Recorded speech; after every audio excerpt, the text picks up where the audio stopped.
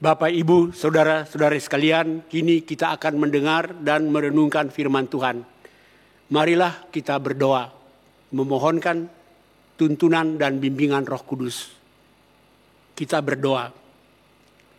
Bapa di surga, keselamatan kami bergantung kepada bagaimana kami mendengar dan memelihara firman-Mu yang menguatkan iman kami kepada Kristus, Sang Penyelamat kami. Maka kami mohon ya Tuhan, ketika firman-Mu kini hendak diberitakan, Roh Kudus hadir, urapi hamba-Mu dan pakailah hamba-Mu ini, agar melalui hamba-Mu pengajaran firman berdasar Alkitab sajalah yang disampaikan. Urapi umat-Mu satu persatu yang mendengarkannya dari tempat masing-masing, biarlah setiap orang boleh membaca, mendengar, mengerti, menyimak, dan memelihara firman-Mu, merenungkannya siang dan malam, dan memberlakukannya dalam hidup sehari-hari. Bersabdalah ya Tuhan, kami siap mendengarkannya. Amin. Pembacaan Alkitab, ada 2 bagian Alkitab yang akan menjadi dasar untuk pemberitaan firman pada hari ini. Bacaan yang pertama dari kitab Kejadian pasal 3 ayat 8 sampai dengan ayat yang ke-15. Dan bacaan yang kedua dari Mazmur 130. Bacaan yang pertama Kejadian 3 ayat 8 sampai dengan ayat yang ke-15. Ketika mereka mendengar bunyi langkah Tuhan Allah yang berjalan-jalan dalam taman itu pada waktu hari sejuk, bersembunyilah manusia dan istrinya itu terhadap Tuhan Allah di antara pohon-pohonan dalam taman. Tetapi Tuhan Allah memanggil manusia itu dan berfirman kepadanya, "Di manakah engkau?" Ia menjawab, "Ketika aku mendengar bahwa engkau ada dalam taman ini, aku menjadi takut karena aku telanjang. Sebab itu aku bersembunyi." Firman-Nya, "Siapakah yang memberitahukan kepadamu bahwa engkau telanjang? Apakah engkau makan dari buah pohon yang kularang engkau makan itu?" Manusia itu menjawab, "Perempuan yang kau tempatkan di sisiku, dialah yang memberi dari buah pohon itu kepadaku, maka ku makan." Kemudian berfirmanlah Tuhan Allah kepada perempuan itu, "Apakah yang sudah kau perbuat ini?" Jawab perempuan itu, "Ular itu yang memperdayakan aku, maka ku makan." Lalu berfirmanlah Tuhan Allah kepada ular itu, "Karena engkau berbuat demikian, terkutuklah engkau di antara segala ternak dan di antara segala binatang hutan. Dengan perutmu lah engkau akan menjalar, dan debu tanahlah akan kau makan seumur hidupmu.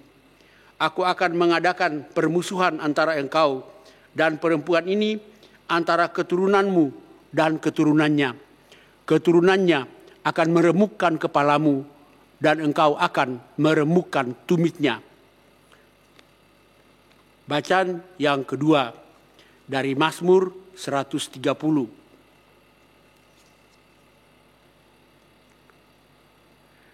"Dari jurang yang dalam aku berseru kepadamu ya Tuhan. Tuhan, dengarkanlah suaraku. Biarlah telingamu menaruh perhatian kepada suara permohonanku. Jika engkau ya Tuhan mengingat-ingat kesalahan-kesalahan, Tuhan, siapakah yang dapat tahan? Tetapi padamu ada pengampunan, supaya engkau ditakuti orang. Aku menanti-nantikan Tuhan, jiwaku menanti-nanti, dan aku mengharapkan firman-Nya. Jiwaku mengharapkan Tuhan, lebih daripada pengawal mengharapkan pagi, lebih daripada pengawal mengharapkan pagi. Berharaplah kepada Tuhan, hai Israel, sebab pada Tuhan ada kasih setia, dan Ia banyak kali melakukan pembebasan. Dialah yang akan membebaskan Israel dari segala kesalahannya." Demikianlah pembacaan Alkitab. Yang disebut berbahagia ialah mereka yang mendengarkan firman Allah dan melakukannya setiap hari. Haleluya.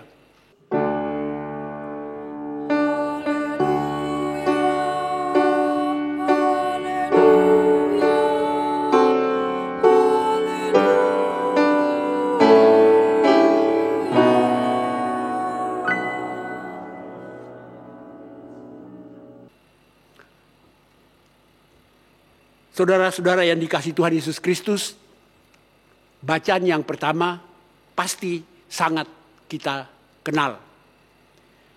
Bacaan Kejadian 3 ayat 8 sampai 15 adalah cerita Alkitab tentang bagaimana Adam dan Hawa setelah mereka melanggar firman Tuhan, melanggar perintah Tuhan, makan dari buah pohon pengetahuan dan baik dan jahat yang dilarang itu. Setelah mereka makan buah dari pohon yang dilarang itu, buah yang dilarang dari pohon pengetahuan baik dan jahat itu, mereka mengetahui bahwa mereka telanjang. Lalu mereka mendengar Tuhan berjalan-jalan dalam taman itu pada waktu hari yang sejuk. Mereka bersembunyi di antara pohon-pohonan. Tapi Tuhan berfirman, bertanya, "Di manakah engkau?" Dan Adam atau manusia itu menjawab, "Ketika aku mendengar engkau ada dalam taman ini, aku takut. Aku bersembunyi karena aku telanjang." Tuhan bilang, "Dari mana kau tahu kau telanjang? Apakah kau sudah makan buah dari pohon pengetahuan baik dan jahat? Buah yang kularang kau makan itu." Ada sang laki-laki, manusia laki-laki, Adam, mengatakan, "Perempuan yang kau tempatkan di sisikulah yang memberikannya kepadaku, maka ku makan." Tuhan lalu bertanya kepada sang perempuan, "Apa yang kau perbuat ini?" Dan perempuan mengatakan, "Ularlah yang memperdayakan dia, maka dia makan." Bacaan kita lalu mengatakan bahwa Tuhan mengutuk ular itu. Ular itu akan merayap dengan perutnya dan akan makan debu seumur hidupnya. Tapi di situ juga ada semacam janji bahwa akan ada permusuhan antara keturunan perempuan itu dengan keturunan ular itu. Bahwa perempuan itu akan meremukkan kepala ular dan ular akan meremukkan tumit keturunan dari perempuan. Nah, itulah saya ulangi secara singkat bacaan kita, isi bacaan kita tadi. Sebaliknya Mazmur 130 berisi doa permohonan sang pemazmur. Sang pemazmur itu dikatakan bahwa dia sedang berada dalam jurang yang dalam. Jurang di sini bukan jurang fisik, tapi rupanya jurang di sini adalah kejatuhan yang mendalam karena dosanya. Dia berseru kepada Tuhan dan dia minta agar Tuhan memperhatikan permohonannya. Dan dia bilang, "Jika Tuhan mengingat-ingat kesalahan-kesalahan, siapakah yang dapat tahan?" Tetapi ada pengampunan pada Tuhan, sehingga Tuhan ditakuti. Oleh karena itu dia berkata bahwa dia sangat mengharapkan Tuhan. Jiwanya menanti-nantikan Tuhan. Sebab pada Tuhan ada pembebasan. Tuhan akan membebaskan Israel dari segala kesalahannya. Itulah dua bacaan yang menjadi dasar untuk refleksi dan perenungan kita pada hari Minggu ini. Kalau kita menyandingkan bacaan yang pertama dengan bacaan yang kedua, kita akan menemukan sejumlah kontradiksi. Kontradiksi yang pertama ialah bahwa setelah Adam dan Hawa jatuh ke dalam dosa, mereka bersembunyi dari Tuhan. Mereka menghindar dari Tuhan. Mazmur 130 malah berkata bahwa ketika pemazmur jatuh ke dalam dosa, jatuh ke dalam jurang yang dalam, dia berseru kepada Tuhan. Dia mencari Tuhan. Kontradiksi yang kedua yang masih berkaitan erat dengan kontradiksi yang pertama ialah bahwa walaupun Adam dan Hawa menghindar dari Tuhan, bersembunyi dari Tuhan, tapi Tuhanlah yang datang mencari mereka. Tuhan yang menyapa mereka. Tuhan yang mencari, "Di manakah engkau?" Mazmur 130 sebaliknya Manusia yang jatuh itulah bukan menghindar dari Tuhan, bukan bersembunyi dari Tuhan, tapi dia mencari Tuhan. Dia berseru kepada Tuhan agar Tuhan mengangkat dia dari jurang yang dalam itu.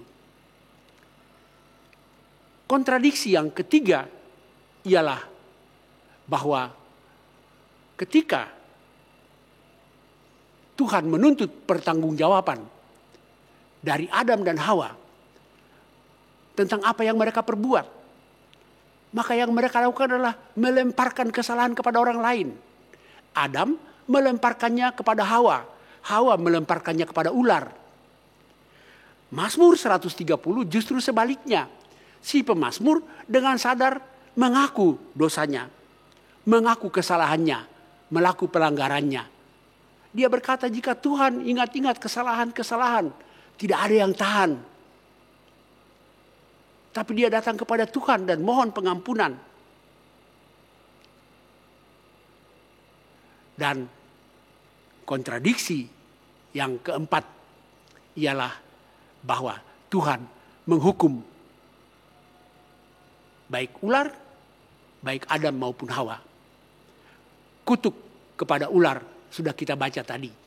Kutuk kepada Adam dan Hawa, laki-laki dan perempuan, tidak masuk dalam jadwal bacaan kita hari ini. Tapi kita sudah tahu semua.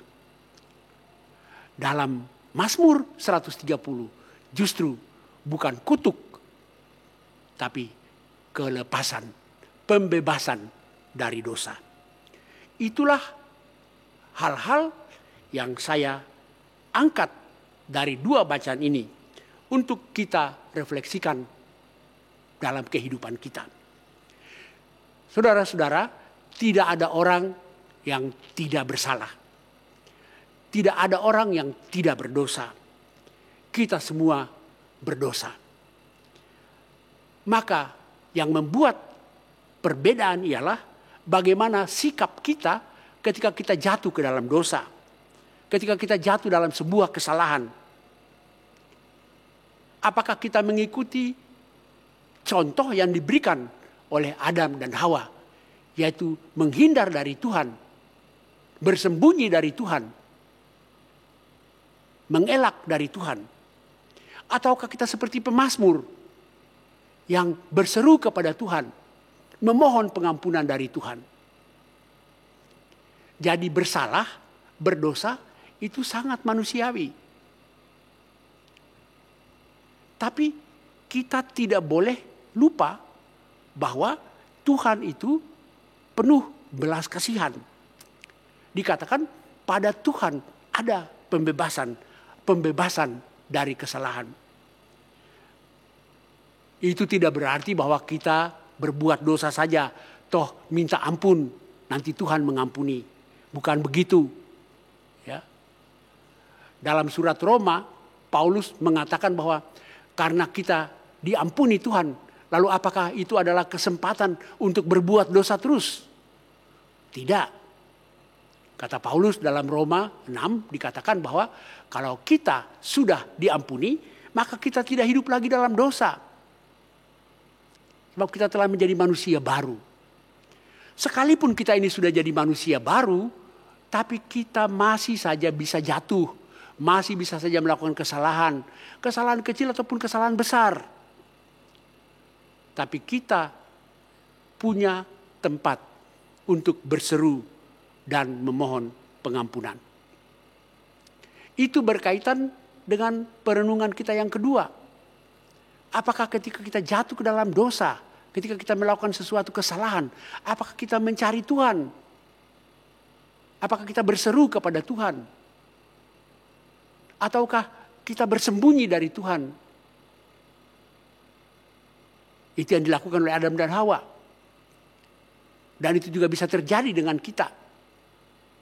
Tetapi pemazmur mengajarkan kita sikap yang lain.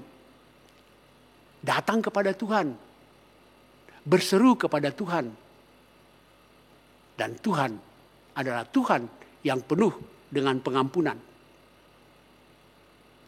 Hal yang berikut adalah bahwa kita harus memberikan pertanggungjawaban Sekalipun Tuhan itu penuh dengan belas kasihan, sekalipun Tuhan itu penuh dengan pengampunan, tetap dia menuntut agar kita mempertanggungjawabkan setiap kesalahan yang kita perbuat.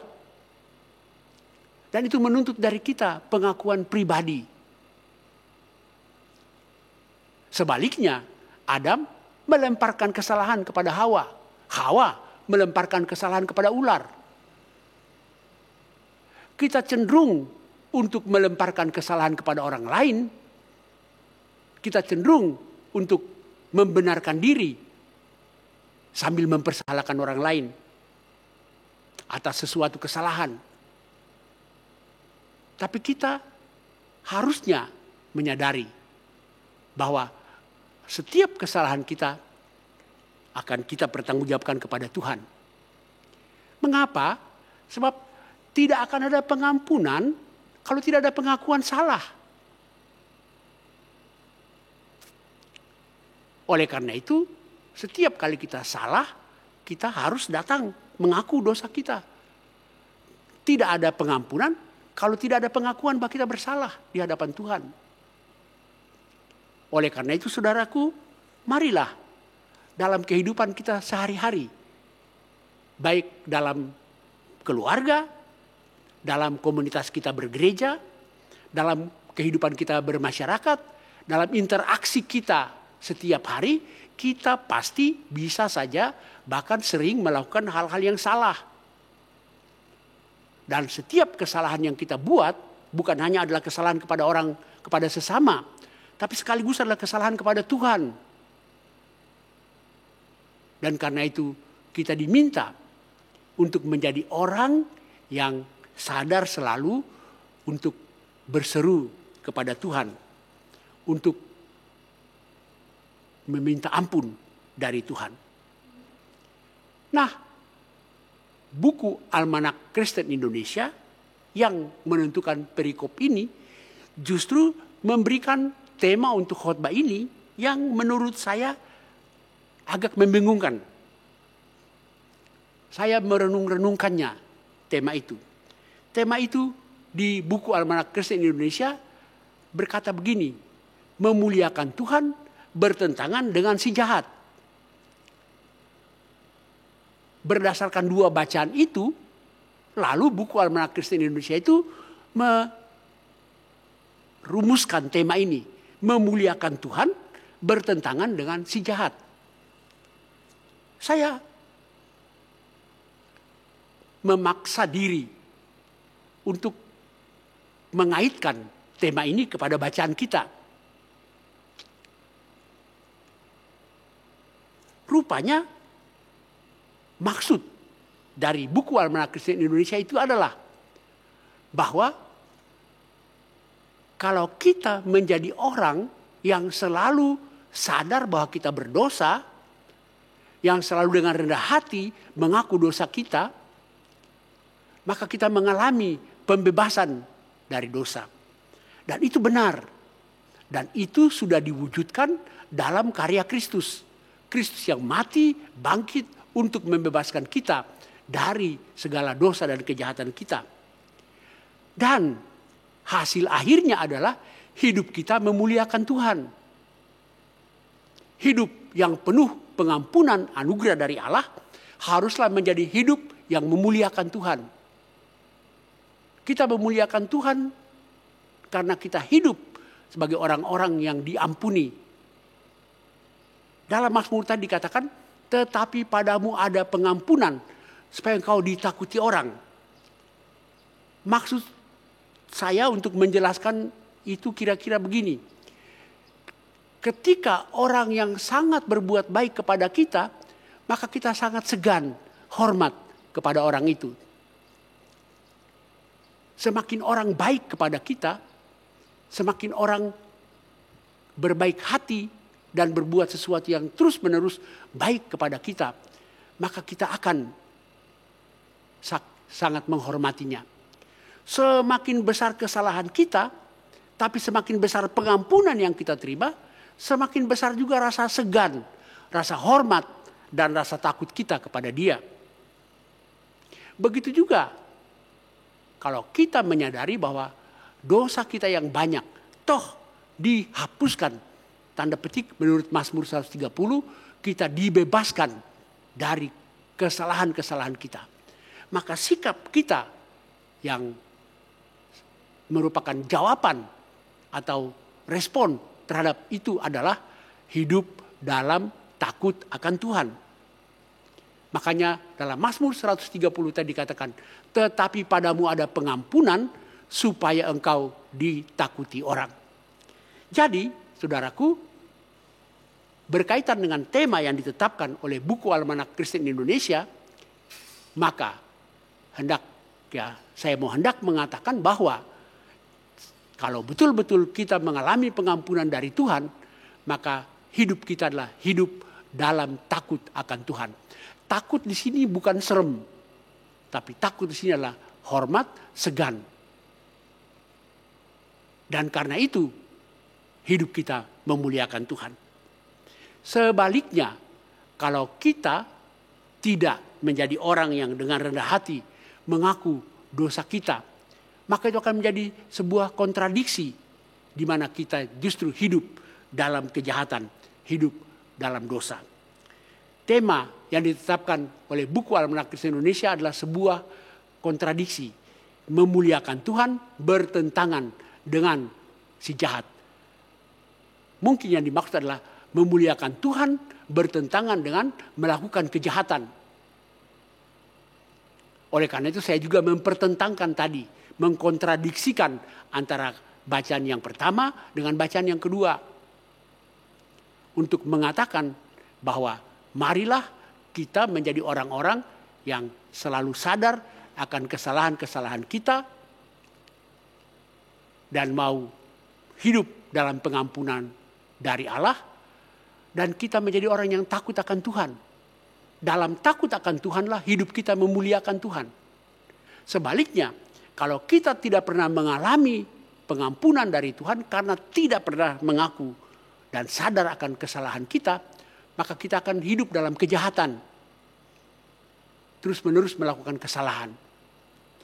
Oleh karena itu, saudaraku, dalam kondisi seperti sekarang ini, kita bisa saja melakukan banyak hal yang salah.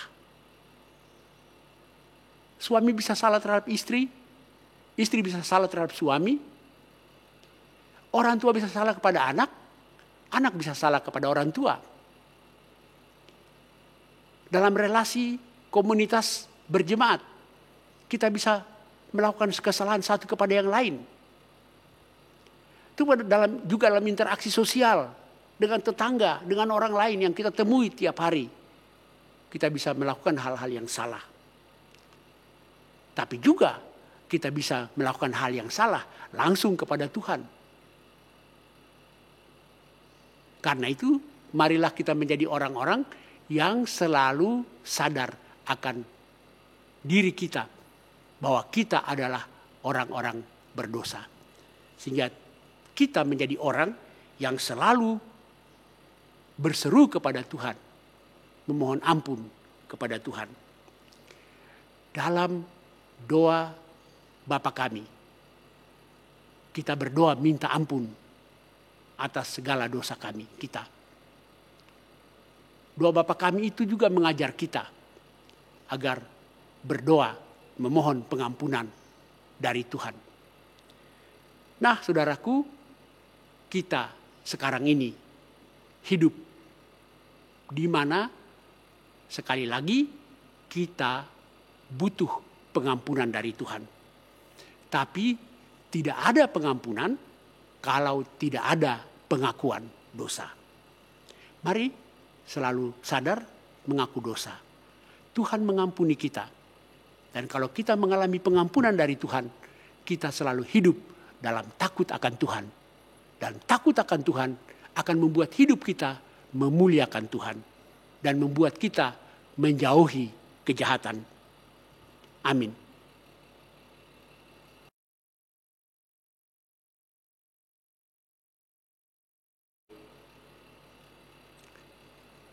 Kita berdoa. Bapa di surga, kami bersyukur karena kami sudah mendengarkan Engkau berbicara kepada kami melalui pemberitaan firman-Mu. Kami juga bersyukur karena Engkau juga bersedia mendengarkan kami. Ketika kami datang berseru kepadamu, berseru dari jurang yang dalam karena kejatuhan kami ke dalam dosa. Kami bersyukur bahwa Engkau mau mengampuni kami setiap kali kami melakukan berbagai kesalahan. Bahwa Engkau mau mengangkat kami dari jurang di mana kami telah jatuh. Karena itu Tuhan, berikanlah kepada kami kesadaran akan diri kami sendiri sebagai orang yang berdosa dan yang selalu bergantung kepada anugerah pengampunan-Mu. Bapa di surga, kami bersyukur untuk kehidupan kami pekan yang lampau. Kami bersyukur untuk kesehatan kami, untuk kehidupan sehari-hari kami, untuk pekerjaan kami, untuk kecukupan kebutuhan hidup kami. Kami bersyukur juga untuk iman kami yang tetap terpelihara sampai saat ini. Kami berdoa dan menyerahkan kehidupan kami pekan mendatang ke dalam tangan Tuhan. Kami menyerahkan kehidupan kami bergereja, khususnya di POU Kelapa Gading, ke dalam pemeliharaan dan penyertaan-Mu. Pelayanan-pelayanan yang kami selenggarakan justru di tengah-tengah pandemi ini, kiranya Tuhan berkenan memberkatinya. Kami berdoa untuk pendeta yang melayani, untuk majelis, secara khusus untuk PHM, untuk komisi-komisi, untuk majelis pertimbangan, untuk pengawas perbendaharaan, untuk sekretariat kami, untuk TK RUT, guru dan murid.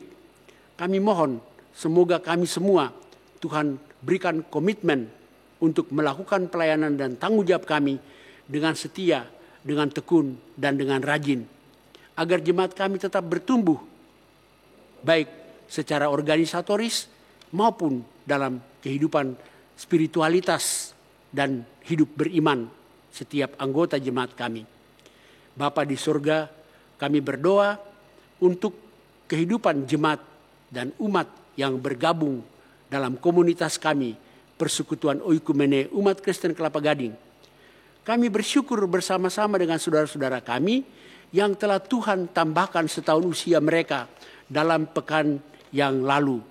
Kami bersyukur bersama saudara kami, Bapak Baginda Purba, bersama Bapak Kris Mustamu, bersama anak Mateo Hasiholan Huta Galung, bersama saudara Avanti Hana Maria Tobing, bersama Ibu Alverina Brenda Lapian, bersama Ibu Yudit Nendeng Tunau Edi Moniaga, untuk bersama Ibu Ervina Deborah Pusung, bersama saudara Tegar Cahaya Gemilang, bersama Ibu Winli Tobing, bersama Bapak Lintong Manurung, bersama Ibu Nani Anggriani Damanik, bersama saudari kami Janet Christine Tamarindang, bersama saudara kami Silvarera Junio, bersama Ibu Janet Mauri, dan bersama saudari Alicia Sitorus. Tuhan, datanglah, lawatlah mereka, berikanlah kepada mereka apapun yang mereka butuhkan sesuai dengan yang Kau rancangkan. Bukalah jalan ke masa depan mereka dan biarlah mereka menjalaninya dengan Tuhan. Kami berdoa untuk saudara-saudara kami yang dalam kelemahan tubuh, baik karena gangguan penyakit maupun karena usia yang lanjut. Kami mohon Tuhan datang, dampingi mereka, rawat mereka dengan kasih dan kuasa penyembuhan dari Tuhan. Berikanlah kekuatan kepada keluarga yang melayani mereka. Berkatilah obat-obatan dan semua yang mereka pergunakan untuk kesehatan dan kekuatan fisik mereka. Kuatkanlah iman mereka, teguhkanlah hati mereka, biar mereka melewati saat-saat ini dalam pemeliharaan Tuhan. Kami berdoa untuk Ibu Anawati Tunardi, untuk Bapak Teo Latui Hamalo, untuk Ibu Teni Latui Hamalo, untuk Bapak Heri Sunardi, untuk Ibu Kesia Sumarni, untuk Bapak Bonar Fredrik Purba, untuk Bapak Vence Alfred Rompas, untuk Ibu Liliana Albertina Rompas Toar, juga untuk Bapak John Sihaya, dan untuk Bapak Ari Lengkong. Tuhan, Engkau tahu bagaimana mereka bergumul dengan kesehatan mereka. Tuhan, Engkau hadir di sana dan tolonglah mereka. Kami juga berdoa untuk setiap keluarga dalam kehidupan jemaat kami, PAUK Kelapa Gading. Secara khusus kami mau berdoa untuk keluarga Ibu Umiyatun Sigalingging, untuk keluarga Bapak Boy Pandeleke, untuk keluarga Ibu Laura Femi Rumambi, untuk keluarga Bapak Rudolf Nainggolan, untuk keluarga Bapak Riki Pandapotan Siahaan, dan untuk keluarga Bapak Leonard Nguru. Engkau yang tahu bagaimana keluarga ini ada di hadapan-Mu. Apapun yang mereka butuhkan, Tuhan berikanlah sesuai dengan apa yang Kau rancangkan untuk mereka. Berkatilah keluarga-keluarga ini, supaya keluarga-keluarga dia juga menjadi berkat bagi keluarga-keluarga yang lain. Kami berdoa untuk panitia hari ulang tahun PAUK Kelapa Gading. Kiranya Tuhan memberkati semua program dan rencana panitia ini, agar semua program dan rencana ini boleh berjalan untuk menjadi momentum bagi kami untuk mengingat rayakan keberadaan dan kehadiran gereja Tuhan yang bernama PAUK Kelapa Gading ini untuk memuliakan Tuhan. Kiranya seluruh persiapan untuk perayaan ulang tahun ini diberkati oleh Tuhan. Bapa di surga, kami berdoa untuk gerakan oikumene di Indonesia. Tuhan memberkati baik PGI DKI Jakarta, PAUK CDKI. Kiranya Tuhan berkenan memberkati semua gerakan oikumene, agar genaplah doa-Mu bahwa semuanya menjadi satu, agar dunia percaya bahwa Yesus Kristuslah yang diutus oleh Bapa di surga. Kami bersyukur untuk kehidupan kami sebagai warga negara Indonesia. Kami bersyukur Engkau menempatkan kami di Indonesia ini. Karena itu kami berdoa untuk bangsa kami, untuk negara kami, untuk pemerintahan kami. Dari pusat sampai ke pelosok-pelosok, Tuhan beri kepada pemerintah kami hikmat, kebijaksanaan, kearifan untuk mengelola berbagai hal di tengah kehidupan bermasyarakat, berbangsa dan bernegara. Secara khusus kami berdoa untuk penanganan pandemi COVID-19 ini. Tuhan berkatilah segala upaya, baik bersifat medis maupun non-medis. Kami berdoa semoga vaksinasi yang sedang berlangsung boleh berlangsung dengan baik dan berdampak bagi penanggulangan virus ini. Kami juga berdoa bagi setiap kebijakan yang diambil, khususnya untuk menyadarkan masyarakat kami akan protokol kesehatan, agar semua orang mau melaksanakannya. Dengan demikian COVID-19 ini bisa ditanggulangi. Kami berdoa bagi tenaga-tenaga medis yang berhadapan langsung dengan pasien-pasien yang terpapar COVID-19 ini. Lindungilah mereka ya Tuhan, dan biarlah mereka boleh melayani pasien-pasien sambil menjaga kesehatan mereka juga, agar mereka tidak terpapar oleh virus corona ini. Bapa di surga, kami berdoa untuk seluruh kehidupan pribadi kami satu demi satu. Kiranya Tuhan memberkati apapun yang menjadi pergumulan kami, apapun yang menjadi kerinduan kami, apapun yang menjadi cita-cita kami. Kami berdoa untuk anak-anak kami yang baru saja menyelesaikan ulangan-ulangan untuk kenaikan kelas mereka. Kami berdoa untuk anak-anak kami yang sedang berjuang untuk memperoleh tempat kuliah di jenjang pendidikan yang lebih tinggi, di perguruan tinggi. Tuhan, Engkau tahu apa yang mereka butuhkan. Engkau akan berikan yang terbaik bagi setiap orang. Terima kasih Tuhan. Kami menyerahkan seluruh kehidupan kami ke dalam tangan-Mu. Pekan depan, hari-hari depan, bahkan seluruh hidup kami ke depan, kami pertaruhkan ke dalam tangan-Mu. Ini doa syukur kami, doa syafaat kami, doa permohonan kami. Kabulkanlah menurut kehendak-Mu, dan kami naikkan doa kami ini menurut doa yang Tuhan Yesus ajarkan kepada kami. Bapa kami yang di surga, dikuduskanlah nama-Mu. Datanglah kerajaan-Mu, jadilah kehendak-Mu di bumi seperti di surga. Berikanlah kami pada hari ini makanan kami yang secukupnya. Dan ampunilah kami akan kesalahan kami, seperti kami juga mengampuni orang yang bersalah kepada kami. Dan janganlah membawa kami ke dalam pencobaan, tetapi lepaskanlah kami dari yang jahat. Karena Engkau yang mempunyai kerajaan dan kuasa dan kemuliaan sampai selama-lamanya. Amin.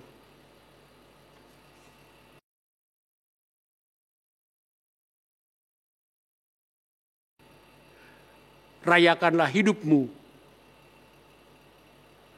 dengan terus bersaksi di manapun Anda berada, dengan kasih Tuhan dalam seluruh hidupmu. Marilah berdiri dan kita menyanyi dari Kidung Keesan 751 bait 1 dan 2. Nama Yesus termulia.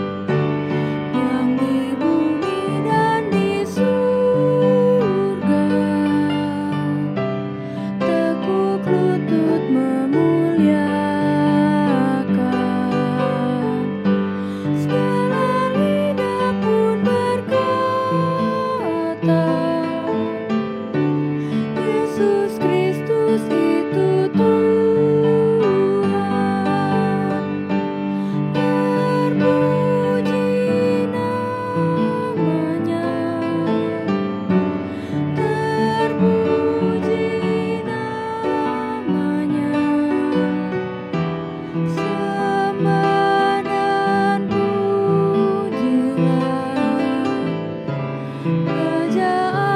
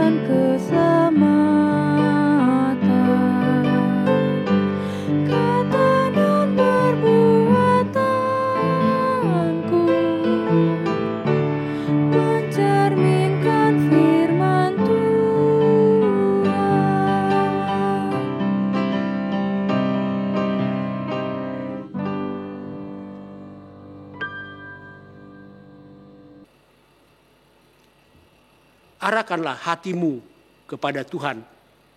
Terimalah berkat dari Tuhan. Tuhan memberkati engkau dan melindungi engkau.